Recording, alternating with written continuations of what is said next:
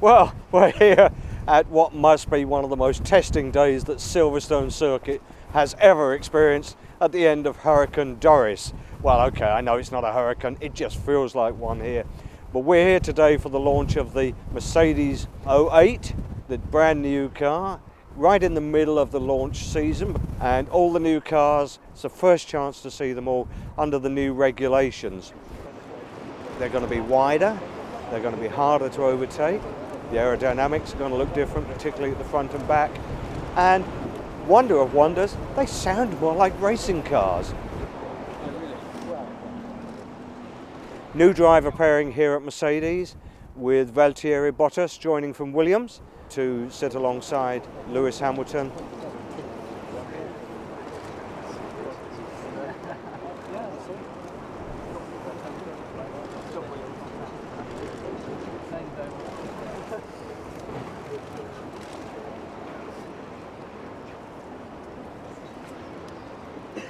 The question that he's being asked constantly is, how do you measure yourself against Lewis Hamilton?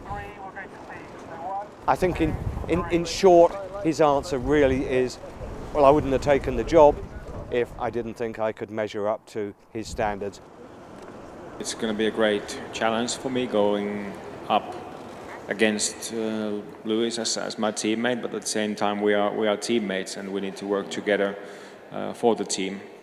Obviously, it's never going to be easy to beat Lewis. That's a fact. He's a great driver. He's a 3-time world champion. But I have no special plan whatsoever other than keep doing what I'm doing, and that is to improve every single day as a driver. As I mentioned before, it is a very big learning curve for me. We still haven't done a single lap together at the same time with a similar car.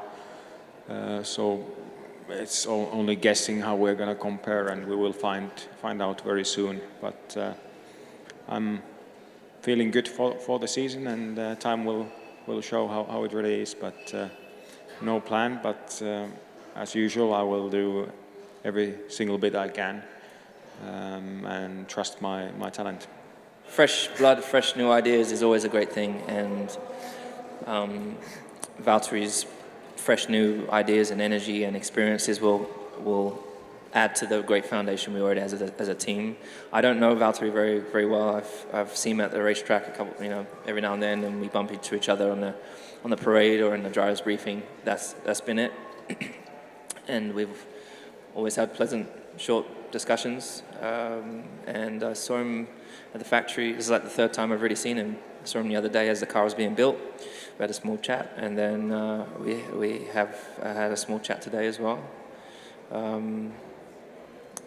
Ultimately, right now, there's no competition between us, so it's purely on a gentleman's discussion, which seems to be completely fine. When he sees me at my most intense moment, and vice versa, will be an interesting scenario for us, but and that's something we'll discover about each other, where their strengths and weaknesses are. And he wants to beat me probably just as much as I want to beat him, which is natural. I wouldn't expect anything but the best from him, so I want him to be at his best. That was a bit of a curveball that Nico threw at us in December. We were all expecting to stop racing, go back to the factory, spend the weeks there with a normal office job, looking after the structure and the organization, and then suddenly it was all back to competition mode almost.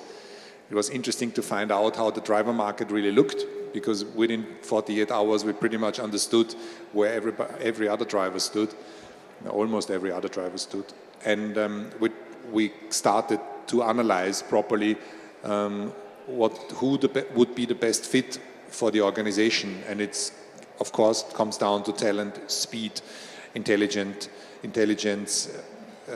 development, know-how, but also personality. And with Valtteri coming into the team, not only I see the opportunity in terms of the dynamics between the driver to change towards a positive way, but I also think that as a personality, Valtteri brings something to the team, not only as a driver.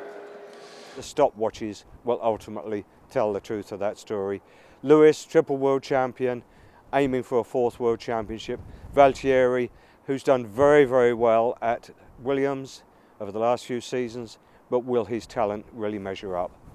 And there have been transfers the other way as well. Paddy Lowe, the man who has controlled the desk at the front, the Pratt purchase they call it, for Mercedes for several seasons now, has gone in the other direction. He's gone off to Williams. A change of direction, new challenges, as it's been referred to as. Others have suggested that it all came down to a falling out over money. Such is the lot of Formula One. And in comes from Ferrari, James Allison, a man who's, I think, technically acknowledged as a genius, but that has not always been evident at Ferrari in the last couple of seasons. But he will certainly come in and join in at an interesting time in the future of the F1 team. So Mercedes, they've had very little running here today. It's been alternately blowing a hoolie or raining like hell. So they've running the car around the track, but they've learnt nothing, and both drivers have said exactly that. Aerodynamically, this is just about the worst possible conditions to attempt to run in the new car. But then hopefully, there's the sun sets here. We will be heading for Spain literally in the next few days and testing at Barcelona.